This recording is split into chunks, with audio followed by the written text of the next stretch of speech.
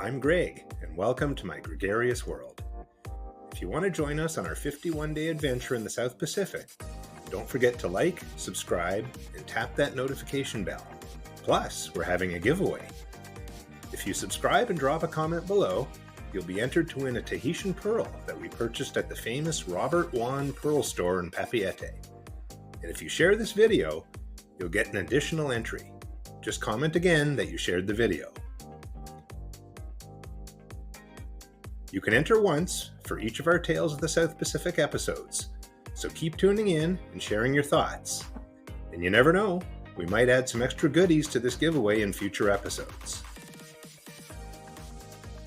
You have until March 31st, 2025 to enter. We'll pick a winner on April 1st and release a video that day announcing a winner. See all our giveaway rules in the description below.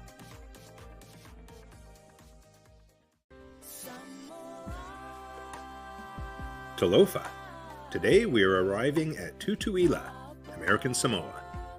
We woke up early and headed to the promenade deck to witness our entry into Pago Pago Harbor, where we saw the pilot come aboard to guide us into the port.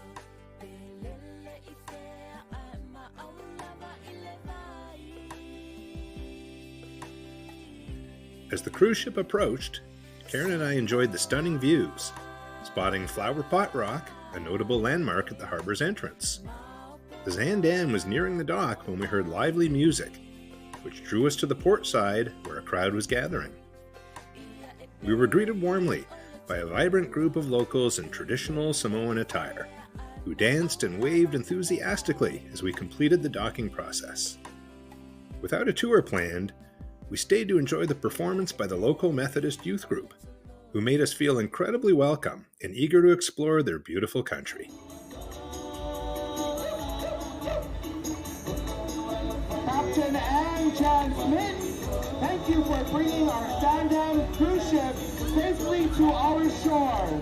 We welcome you to American Samoa, the Mosuotiala Island of Happiness.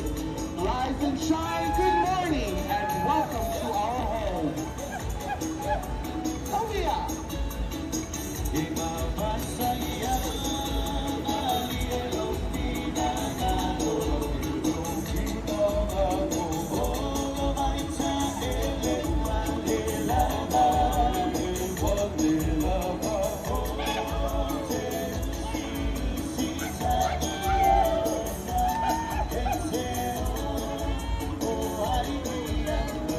Passengers of Zaandam, welcome to American Samoa.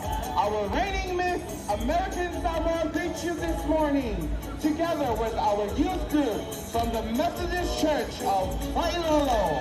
Talofa, and welcome to American Samoa.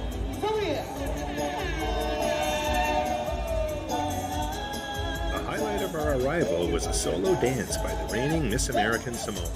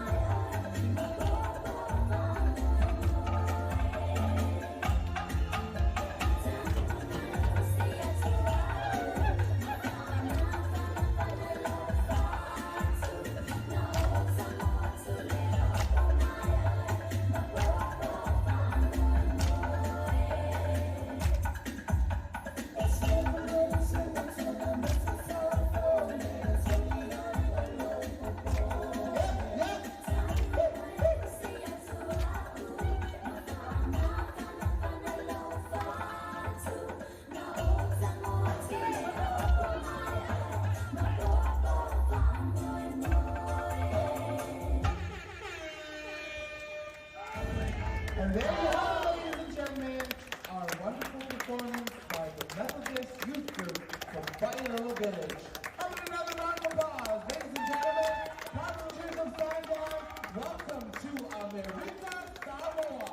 It was undoubtedly one of the most beautiful welcomes we experienced during our travels in the South Pacific. Once the Zaandam received clearance, we disembarked and were greeted by Miss American Samoa herself.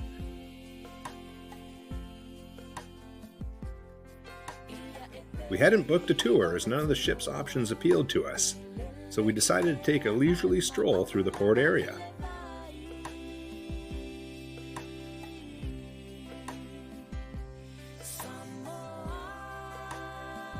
We noticed a few women weaving palm leaf hats, and it felt more like a social gathering as they chatted with us rather than focusing on selling their crafts. Karen wanted to purchase a hat, but none fit quite right, and we had to think about our luggage space for the journey home.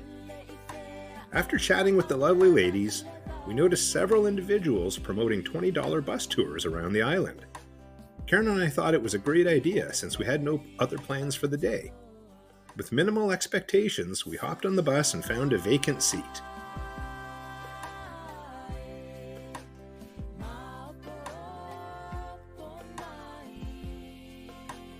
The wooden benches were open to the elements, and without air conditioning, we appreciated the cool breeze that swept through the bus. Our first destination was Flower Pot Rock, which is linked to a Samoan legend about a couple named Fatu and Futi. They undertook a treacherous journey from Upolu, Samoa, to Tutuila, the largest island in American Samoa. Unfortunately, their adventure ended in tragedy when a fierce storm capsized their canoe, leaving them stranded. They swam for days, but fatigue ultimately overcame them just before they reached Tutuila's shores. In the afterlife, they became two flowering rocks, forever watching over one another and symbolizing their everlasting love. We paused for a quick 15-minute photo opportunity before resuming our tour. Our driver expertly navigated a steep road that took us to A'oloau, the highest village in American Samoa. We stopped at the remnants of a house that had been ravaged by a hurricane, and the view from the ruins was breathtaking, providing yet another perfect backdrop for photos. It felt as though we were floating among the clouds. Our guide suggested a stop at KS Mart, the local equivalent of a small Walmart in American Samoa. The store featured a grocery section complete with a bakery and deli, alongside a variety of refreshments.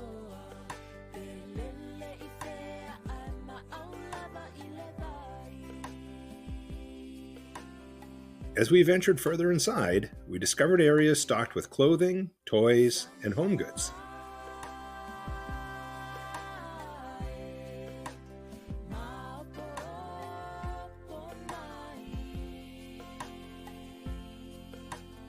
After spending about 15 minutes there, I picked up a local Vailima lager beer, famously known as the Taste of Samoa, and hopped back on the bus, ready for the next part of our adventure.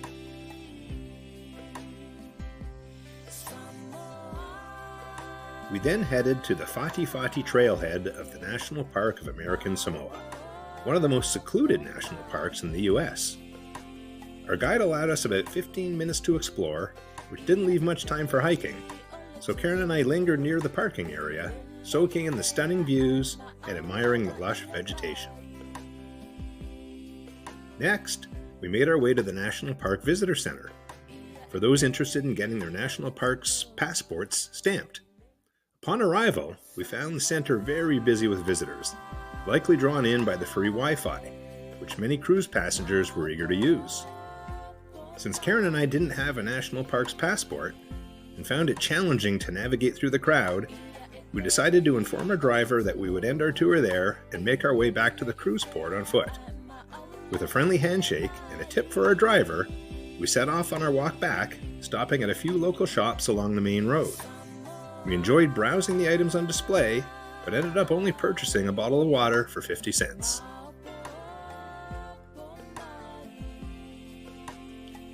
Our next stop was Fagatogo Market in the heart of Pago Pago, filled with fresh produce, handicrafts, fast food stalls, and an array of souvenirs. Karen fell in love with a beautiful dried palm wreath headpiece and decided to make the purchase.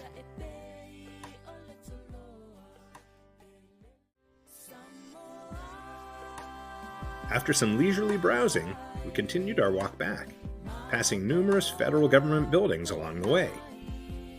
Since our son-in-law works on Capitol Hill in Washington, D.C., we made sure to capture photos of the government structures we encountered, including the District and High Court buildings and the Legislature of American Samoa building. During our pre-port Q&A sessions, many passengers expressed interest in locating a local post office.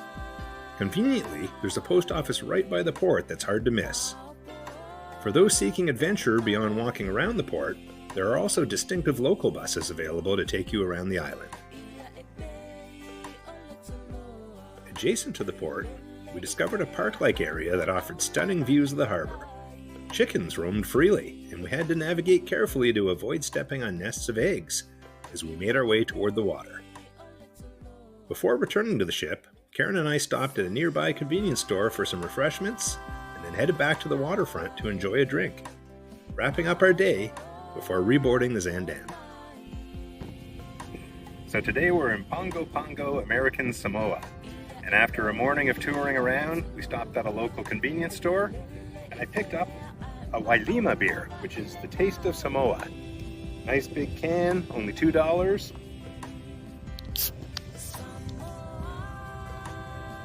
Cheers!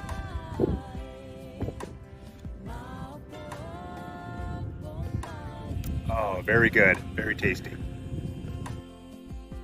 After a day of exploring Pago Pago, we took some time to freshen up before heading back to the main dining room for our 5 p.m. reservation. For her appetizer, Karen opted for the Port to Plate Special, which featured coconut-crusted scallops with mango salsa, while I enjoyed a golden tomato and mozzarella salad. Karen also sampled the chilled peach and ginger soup. For the main course, Karen chose the beef brisket with Thai green curry from the Port to Plate menu, and I went for the pork loin with sage and sausage, accompanied by forest mushrooms. We also shared a delicious tagliatelle verde alla Conti as our pasta selection. For dessert, I picked the chocolate hazelnut slice, while Karen went for the banana cream pie. The dinner service was somewhat slow, but it didn't concern us because there was no 7:30 p.m. show that evening. Instead, we seized the chance to engage in a delightful conversation with our new friends Doris and George, who were seated at the table next to us throughout this wonderful 51-day cruise. Afterward, we returned to our cabin for some reading, where we found another towel animal waiting for us. I still can't quite identify what it is. Any guesses? We'll have 2 days at sea while sailing the 600 nautical miles to our next destination, Suva in Fiji. See you next time. Cheers! Be sure to like, subscribe, and tap the notification bell to keep up with our latest episodes. Also, drop a comment below for a chance to enter our giveaway. In the upcoming episode, we'll arrive in Fiji, where our first day will be filled with adventure. We'll go on a longboat ride along the Navua River, navigating through thrilling rapids and marveling at stunning waterfalls, lush tropical rainforests, and a breathtaking gorge. After that, we'll explore a genuine Fijian village, take a refreshing swim in a waterfall, savor a riverside lunch, float down the gentle rapids on inner tubes, and more.